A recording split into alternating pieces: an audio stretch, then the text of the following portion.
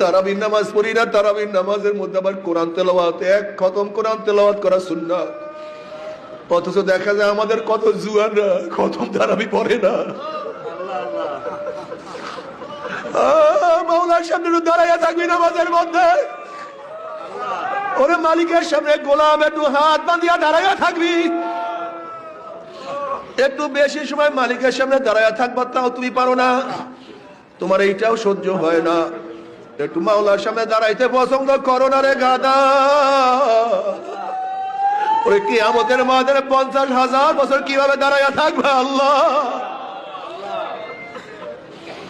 আজকে তারাবির মধ্যে নামাজের মধ্যে কিছু সময় দাঁড়াইয়া থাকতে চাও না, আর কিয়ামতের মাঠে একদিন নয়, 2 দিন নয়, 1000 বছর, 10,000 বছর নয়, 50,000 বছর দাঁড়াইয়া থাকতে হবে।